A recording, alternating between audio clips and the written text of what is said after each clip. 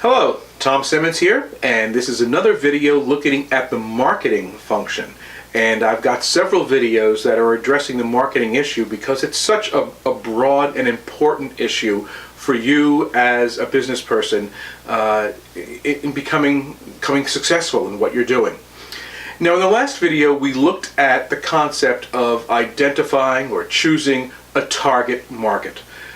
Because not everyone is going to be your customer, not everyone is going to be your likely customer.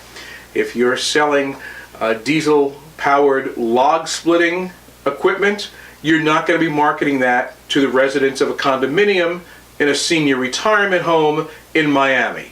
Just not your market. That was the last video.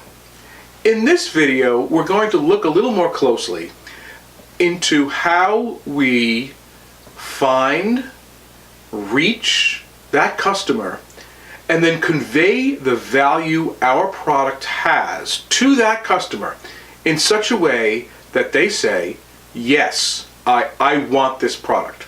I'm willing to part with my hard-earned money because this product will bring great value to my life. Now, the combination of elements we use to create the brand image, to create the marketing campaign that should accomplish this, is called the marketing mix. And we often refer to the marketing mix in shorthand as the 4 P's. Product, place, price, and promotion. And this is just a convenient way to look at the elements that we're going to draw together, because we want to make sure that everything we do conveys a consistent message. If you are selling, let's say you're selling boats, and they're high-ticket items, and you want to convey the value of a very high-quality, high-ticket boat, and your advertising looks like it was done by a 5-year-old, that's discordant. It doesn't work together. If you want to have a restaurant that is family friendly and a place to bring the kids to, and your advertising or your promotion or your marketing makes it look like everything is white linens and glass on the table, you're conveying a mixed message. Your target audience is not going to get what it is you have to offer. So it becomes very important to be consistent in everything you do. And many businesses will say, well, I'll get around to branding and doing my marketing campaign once I get up and running and figure out what I'm doing. And I would say to you that at that point, it is too late. Because once your product is out there, the consumer is seeing it, they are developing an immediate sense of what this product is about. And at that point, it's almost too late to change their mind. You will create a brand image for your product whether you try to or not, either by default or because you have proactively attacked that aspect of your business and you have directed and driven this image that you're creating. Now, when I years ago used to work in the book industry, I was the buyer and manager of a chain of bookstores on the East Coast of the United States. We knew that when customers came into the store, they would spend 3 to 4 seconds looking at a book before putting it back on the shelf and deciding it wasn't for them. Within 3 or 4 seconds, they would decide, nope, not for me, or they would decide, yes, I want to see more of this. There's an old cliche, you can't judge a book by its cover. Well, people judge a book by its cover. They judge immediately and get a sense immediately based on what they initially and originally see. And even the book industry knows that. Because when a big publisher would come to my store and say, hey, we have 300 new titles coming out in the next quarter, which ones would you like to order from us? They wouldn't bring the books themselves. We wouldn't read the books. We had very little idea what the content was. They would bring a folder of 300 book covers, and we'd go through them and spend 2 or 3 seconds on each cover. because the image the cover presented conveyed information to me as the manager and buyer for this bookstore. Told me who the author was, told me what the genre was. The quality of the cover gave me a sense as to how much money the publishing company was putting behind promoting this particular book.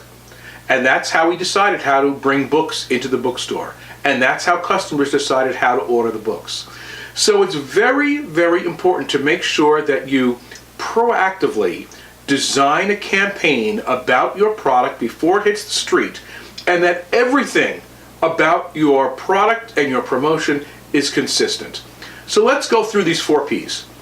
The first P is the product itself, which seems kind of obvious, whether you're selling snacks for a dog, or a clay coffee mug, or a light switch, or a massage service. The product is what you're selling, but it's more than what you're selling.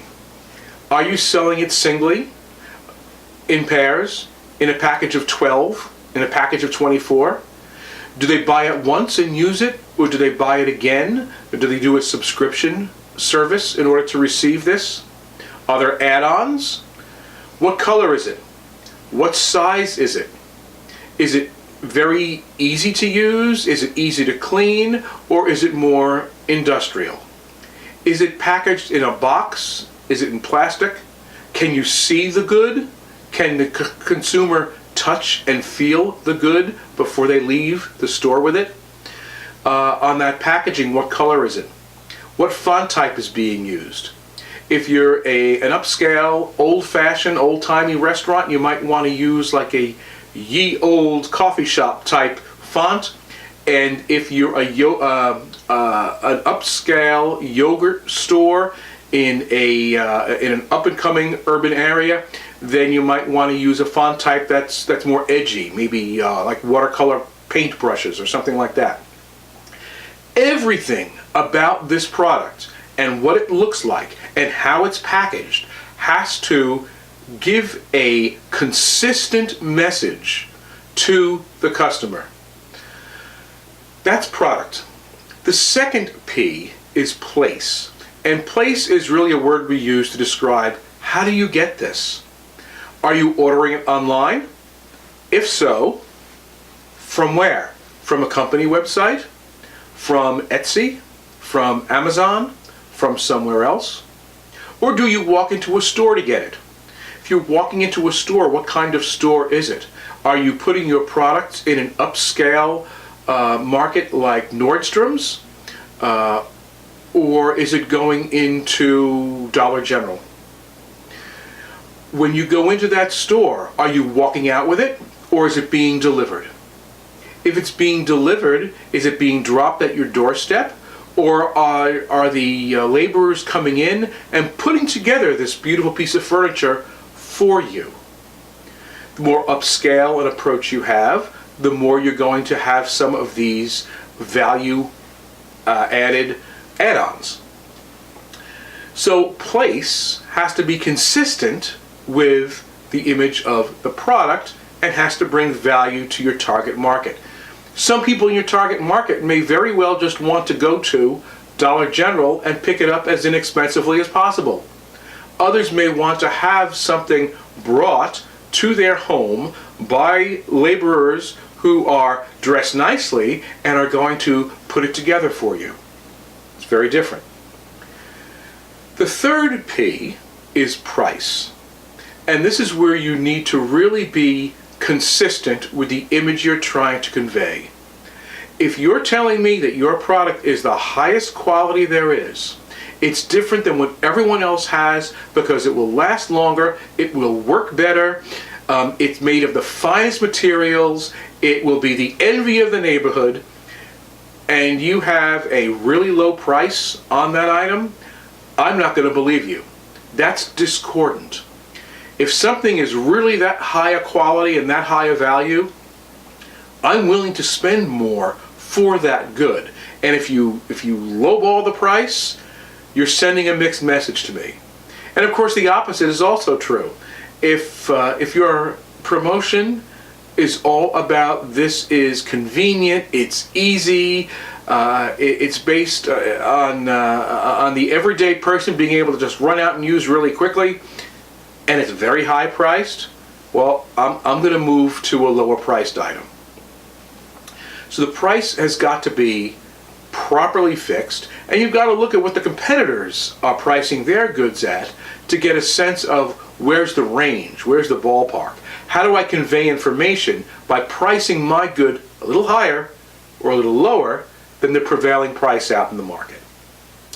And then the fourth P is promotion. And these are the tools you're going to use to promote, to get information about your product out to that target market. Is your promotion going to be on Facebook? Or is it going to be on LinkedIn? Or is it going to be on Instagram or Snapchat? You're reaching different markets with those different social media. If you're going to do radio advertising, are you going to advertise on NPR or the local country station or the drive time, hard-edged album rock station? If you are advertising on television, are you advertising during a sports game? Are you advertising during a rerun of the Golden Girls? Where you advertise, where you place your promotion is critical in reaching the target market that you've chosen. And I don't want you to get the idea, because a lot of people do, that advertising is the same thing as marketing. Because as you've seen so far through this video and the last one, it's not. Advertising is a small slice of the cake. And you can't really advertise until you've got all this other information, all these other items of the marketing mix nailed down. Because you want your advertising to be consistent, you want your promotion to be consistent with everything else you're trying to build behind your product, behind that messaging. And promotion doesn't have to cost much. If you make dog snacks, your promotion could be a free box of them in the office of all the local veterinarians. That's a fairly easy promotion. You might work with another company, like the veterinarian that I just mentioned, in order to put your product before the consumer. So there's many different avenues for promotion. Advertising is only one of them. But what you want to make sure before you launch this product is that your price, the actual nature of the product and how it's packaged, the way it's getting delivered to the customer, the place, and the promotion are all screaming a consistent message. Now, to give you a very specific example of how this works together, you've probably gone into the supermarket in your lifetime and bought a jar of vinegar or a jar of cooking oil, right? Basic jug of vinegar cost me a couple of bucks for, what is this, a gallon? This is a gallon, right? Very basic white vinegar, cost me a couple of bucks, generic vinegar. Same thing with my cooking oil, basic store brand 100% canola oil, not going to cost me more than a buck or two in the store, and it's going to be fairly inexpensive and easy to grab. There is a store in Chelsea Market in New York City that is devoted to selling oil, vinegar, and also salt. Except they're going to sell their oils and their vinegars for $12.95 in small glass 12 fluid ounce bottles. Now, when you can go to the supermarket and buy a gallon for a buck or two of vinegar, why in the world would you spend $12.95 for 12 ounces at this market in New York City? Well, we're going to take you to that market right now, and I want you to look at the entire picture. What is the product being sold? How are they selling it? Where is the place at which they're distributing it to you? How are they conveying? a brand image that is so powerful that a $12.95 price tag actually brings value to you as a consumer for vinegar. Let's go to Chelsea Market.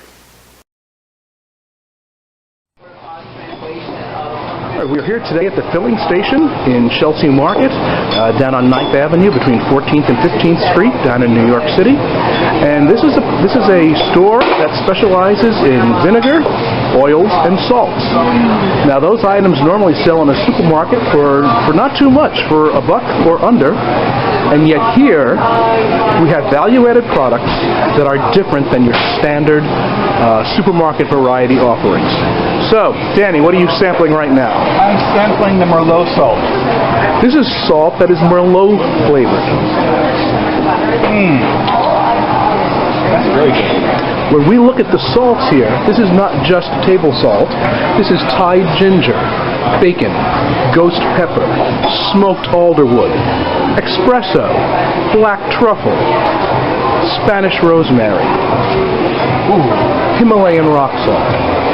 So rather than simply being the 50-cent container you buy in the supermarket, this is all value-added, extra special, commanding a much higher price. Around here, we have vats of, these are the vinegars or the oils? These are the vinegars. These are the vinegars.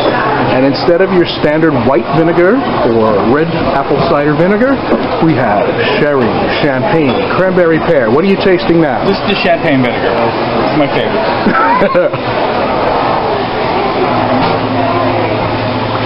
Oh my God.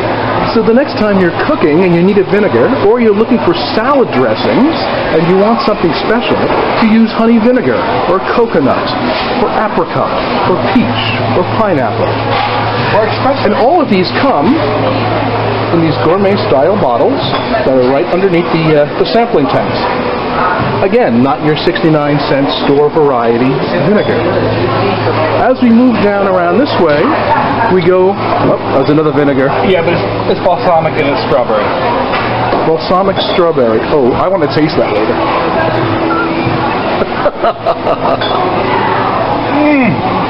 And then moving down the aisle, we come to oils to mix with the vinegars. What are you going for next? I'm going to try the blood orange. Blood orange oil. Olive oil. Wow. There you go. That is beautiful. That is beautiful. And if you're crazy like me, you'll be adding the fig vinegar with the walnut oil to come up with incredible salad dressing. That's walnut oil.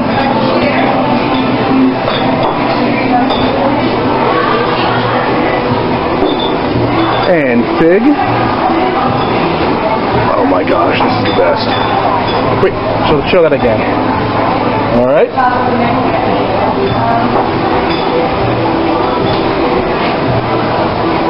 Is that incredible or what?